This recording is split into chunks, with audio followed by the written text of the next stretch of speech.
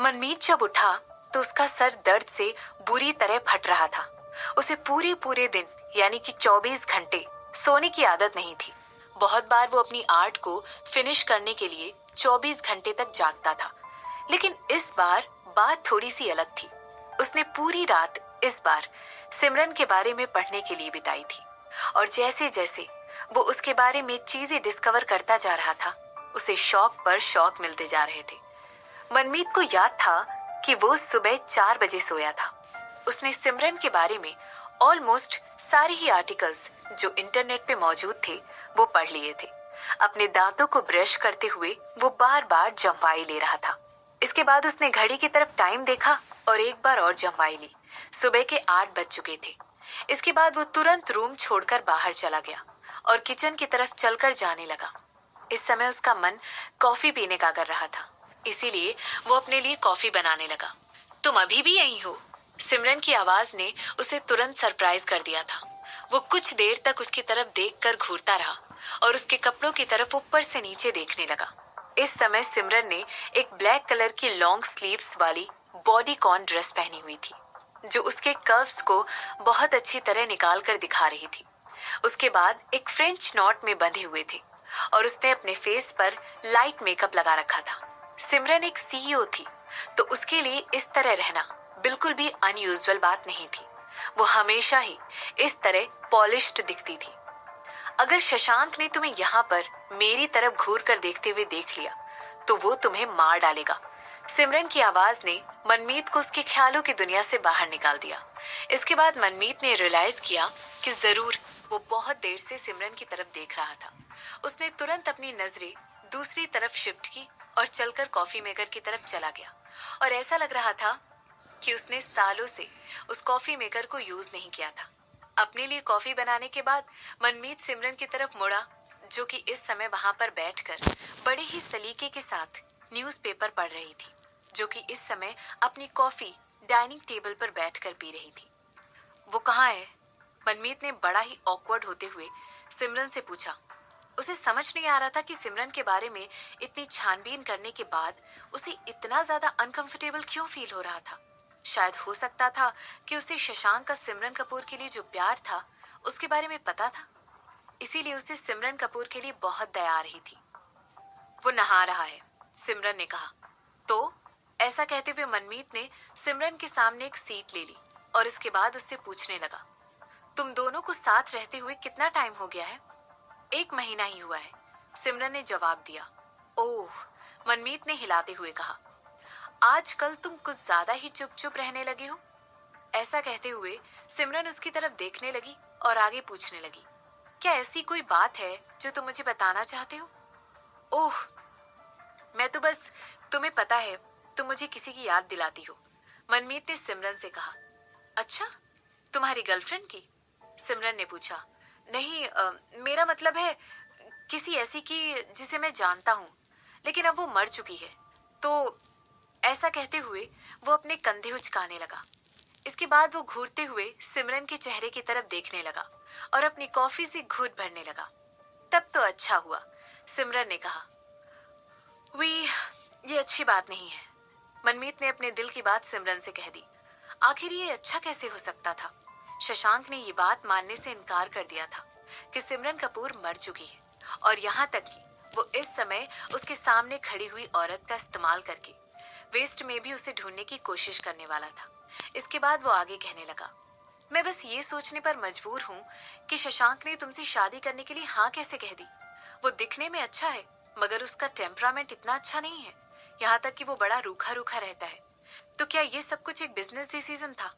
Of course, मनमीत को ये बात अच्छी तरह पता थी कि तुषार और सिमरन की एंगेजमेंट का क्या हुआ था। इसीलिए वो ये सोचने पर मजबूर हो गया था कि शशांक ने ऐसी औरत से एंगेजमेंट करने के लिए हाँ कैसे कह दी थी, जिसने अभी हाल फिलहाल में ही अपनी पुरानी एंगेजमेंट तोड़ दी थी। आह, खैर, शशांक ने कहा था कि अगर मैंने उससे शादी करने के लिए हाँ नहीं की तो वो खुद को मार लेगा, और मैं इतना भी हार्टलेस नहीं हूँ, इसीलिए मैंने उससे शादी करने के लिए हाँ कह दी, सिमरन ने बड़ी ही बेशर्मी के साथ कहा। उसकी आंखें अभी भी न्यूज़पेपर की तरफ ही थी। फ्रंट पेज पर सारी खबरें, मिस्टर रायचंद के बारे में और उनकी बीवी के बारे में ही छपी हुई थी। और सिमरन ये सब कुछ मिस नहीं कर सकती थी। आई एम सॉरी, तुमने अभी अभी क्या कहा?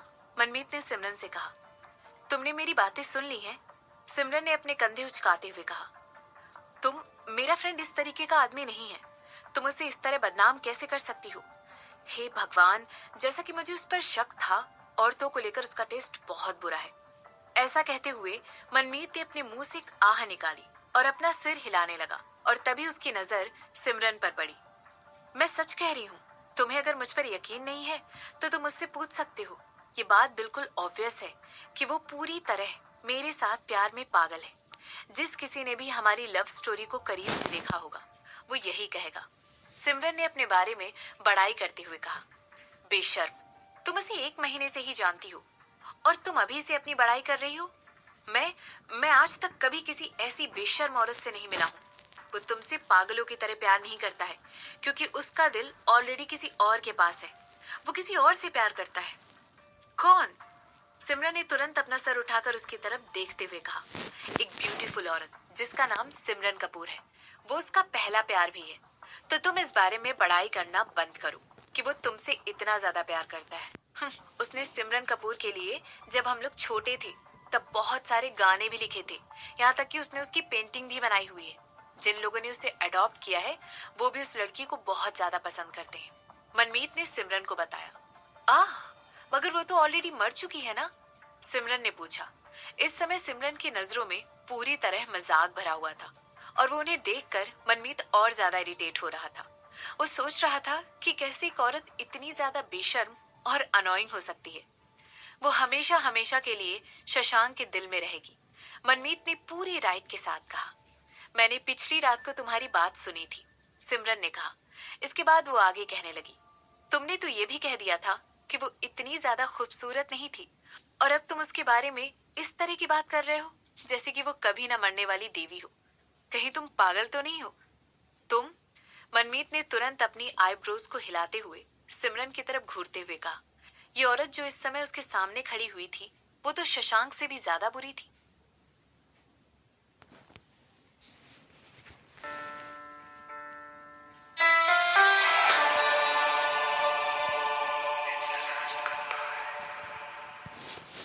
अपने गुस्से में उसने सिमरन के सामने रखी हुई पैनकेक की प्लेट अपनी तरफ खींच ली।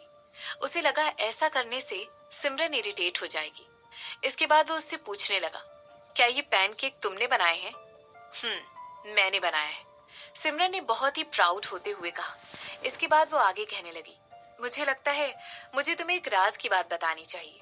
ऐसा कहते हुए वो धीरे से मनमीत की तरफ झुकी और अपनी आवाज को धीरे करते हुए कहने लगी। शशांक को मेरी कुकिंग इतनी पसंद है कि वो मेरे हाथ के बनाए हुए खाने के बगैर और कुछ भी नहीं खाता है। यहाँ तक कि वो किसी और के हाथ का बनाया हुआ खाना भी नहीं खाता है। जैसे ही मनमीत ने देखा कि सिमरन अपने ऊपर इतना ज्यादा गर्व महसूस कर रही है, तुरंत उसकी आंखों में एक फ्लैश दिखाई देने लगा और बड़ी ही बेदर्दी के साथ उसने उस पैनकेक को एक फोक की मदद से खाने की कोशिश की और कहने लगा, वेल, अब ये मेरा हुआ। ऐसा कहते हुए उसने एक बड़ा सा पीस उठाकर अपने मुंह में डाल लिया। वो सिमरन की तरफ उसे प्रोवोक करने वाली नजरों से देख रहा था और आंखों ही आंखों में ये बता रहा था कि उसने सिमरन के ऊपर जीत हासिल कर ली है। हालांकि जैसे ही उसने वो टुकड़ा अपने मुंह में डालकर उसे टेस्ट किया, उसे तुरंत उल्टी जैसा फील होने लगा। ब्रा! जैसे ही सिमरन ने उसे ऐसा करते हुए देखा, सिमरन खिलखिलाकर ठहाका मारकर हंसने लगी और उसकी हंसी की आवाज पूरी की पूरी अपार्टमेंट में गूंजने लगी। इसके बाद मनमीत तुरंत भागता हुआ सिंक की तरफ गया और पूरी पैनकेक को अपने मुंह से निकालकर थूकने लगा। ऐसा करते हुए उसने सिमरन की तरफ एक बार और घूर कर देखा और इसके बाद बहुत सारा पानी लेकर कुल्ला करने की कोशिश की। तुम चालबाज औरत! ऐसा कहते हुए वो उसकी तरफ उंगली दिखाकर पॉइंट करने लगा और कहने लगा, क्या तुम शशांक को जहर देकर मारना चाहती हो? तुमसे किसने कह दिया कि ये शशांक के लिए था? ऐसा पूछते हुए सिमरन एक बार फिर खिलखिलाकर हंसने लगी। उसके सामने जो कुछ भी हो रहा था उसे देखकर सिमरन को इतनी हंसी आ रही थी कि उसे लग रहा था कि उसकी दोनों आंखें आंसुओं से कुछ ज्यादा ही भर जाने वाली हैं और वो आंसू खुशी के ही थे। तुम्हें इसका दाम चुकाना पड़ेगा। मैं शशांक को इन सब के बारे में बताऊंगा, मनमीत ने गुस्सा होते हुए कहा अयो, पिछली रात तो तुम मुझे किसी दूसरी औरत के साथ कंपेयर कर रहे थे। मुझे लगा मुझे तुम्हें सबक सिखाने की जरूरत है। ऐसा कहते हुए सिमरन जोर से हंसने लगी और कहने लगी, तुम मुझे किसी के साथ कंपेयर नहीं कर सकते हो। अब मेरी बेहतरीन कुकिंग स्किल्स को ही ले लो। बेशर्म, मनमीत ने कहा। वाकई में मैं बहुत बेशर्म हूँ, सिमरन ने मनमीत की बात को बीच में ही रोकते हुए कहा। पहले तो मुझे तुम पर बहुत तरस आ रहा था, क्योंकि मेरा फ्रेंड कभी भी किसी और औरत के साथ इतना खुश नहीं रह सकता है जितना कि वो सिमरन कपूर के साथ हो सकता है। लेकिन अब जबकि मैं समझ गया हूँ कि तुम कितनी शातिर हो, तो अब मुझे तुम पर जरा सी भी दया नहीं आ रही है। तुम्हारी शादी तो किसी ऐसे इंसान से होनी चाहिए जो तुम्हें जरा भी प्यार नहीं करता हो। ऐसा कहते हुए मनमीत की आंखों में इरिटेशन साफ दिखाई दे रही थी। आखिर वो औरत उसे कुछ ऐसा कैसे खिला सकती थी जिसमें इतना ज्यादा नमक भरा हुआ था कि उसके पेट में पहुंचते ही हो सकता है उसको खाने से वो मर सकता था। पहली बात तो ये, वो लड़की ही वो रीजन है जिसकी वजह से तुम्हारे अच्छे फ्रेंड ने मुझसे शादी की है, सिमरन ने एक लाइट टोन में कहा। उसके ऐसा कहते ही मनमीत उसकी तरफ अपनी आंखें छोटी करते हुए देखने लगा। अब जबकि वो इसके बारे में सोच रहा था तो उसे दिख रहा था कि सिमरन की भी उस सिमरन कपूर जैसी ही आंखें थी। तो क्या वो औरत जो उसके सामने खड़ी थी वो शशांक की सिम्मी थी? मगर ये तो बिल्कुल इम्पॉसिबल था। सिम्मी तो बहुत ही ज्यादा दयालु और जेंटल थी, जबकि ये औरत, ये तो बिजनेस की दुनिया में एक डेविल की तरह है। उन दोनों में तो कोई समानताएं हो ही नहीं सकती। अगर तुम चीजों को अच्छी तरह एनालाइज करो और उनके बारे में ओवर थिंक करो और बार बार सोचते रहो, तो हो सकता है तुम्हारा दिमाग थकान की वजह से एक्सप्लॉइट हो जाएगा, सिमरन ने कहा। तुम मुझे बेवकूफ कह रही हो? मनमीत ने पूछा। हाँ, मैं कह रही हूँ। क्या तुम हमेशा से ही बेवकूफ और शशांक हमेशा से स्मार्ट नहीं रहा है? अयो मनमीत, तुम अभी भी थोड़ी सी बेवकूफ और मजाकिया हो, बिल्कुल उस तरह के जो कि किसी भी औरत को हंसने पर मजबूर कर दे। क्या तुम मुझे बताओगे कि तुम्हारी शादी हुई है या नहीं? सिमरन ने पूछा। जैसे ही मनमीत ने सिमरन की ये बातें सुनी, उसने अपना एक कदम पीछे लिया। मनमीत की आंखें अभी भी सिमरन के फेस पर टिकी हुई थी और वो अभी भी उसके पूछे गए सवाल को अपने दिमाग में रजिस्टर ही कर रहा था। क्या वो उसे जानती थी? एक मिनट, मनमीत को अच्छी तरह याद था कि पिछली रात इस औरत ने ऑलरेडी उसे मनमीत के नाम से बुलाया था, जबकि उसे ऐसा कुछ भी याद नहीं था कि उसने उसके सामने खुद को इंट्रोड्यूस किया था। उसे इस बात का यकीन था कि वो इस औरत से पहले कभी भी नहीं मिला है। उसे मनमीत का नाम कैसे पता था? और ऐसा नहीं था कि शशांक ने उसे मनमीत का नाम बताया हो, क्योंकि शशांक इस तरह का आदमी नहीं था जो कि दूसरे लोगों के बारे में बात करना पसंद करे। तो कहीं फिर एक बार फिर मनमीत ने अपनी आंखें छोटी करते हुए सिमरन की तरफ देखा और उसकी तरफ झुकने लगा। इस समय उसके सामने जो औरत खड़ी थी वो शशांक की सिम्मी से कहीं ज्यादा खूबसूरत थी, लेकिन उनके अंदर कई सारी समानताएं भी थी। एक मिनट, तो क्या तुम ही शशांक की सिम्मी हो? मनमीत ने पूछा। फाइनली तुम्हारा दिमाग वापस आ गया और काम करने लगा। मुझे लगता है जरूर तुम्हारे दिमाग को तुम पर तरस आ गया होगा। ऐसा कहते हुए सिमरन मुस्कुराने लगी और अपनी सीट से उठकर किचन के बाहर जाने लगी। इसके बाद वो आगे कहने लगी, तुम्हें यहाँ पर वापस से देखकर अच्छा लगा मनमीत। ऐसा कहते हुए सिमरन ने उसकी तरफ देखकर हाथ हिलाया और चलते हुए रुककर एक बार फिर उसकी तरफ मुड़कर देखने लगा। इस समय मनमीत के चेहरे का रंग पूरी तरह उड़ चुका था। By the way, thank you मुझे ये बताने के लिए कि शशांक मुझसे कितना ज्यादा प्यार करता है। बाकी तुम चिंता मत करो, मैं उसकी अच्छी तरीके से केयर करने के लायक हूँ।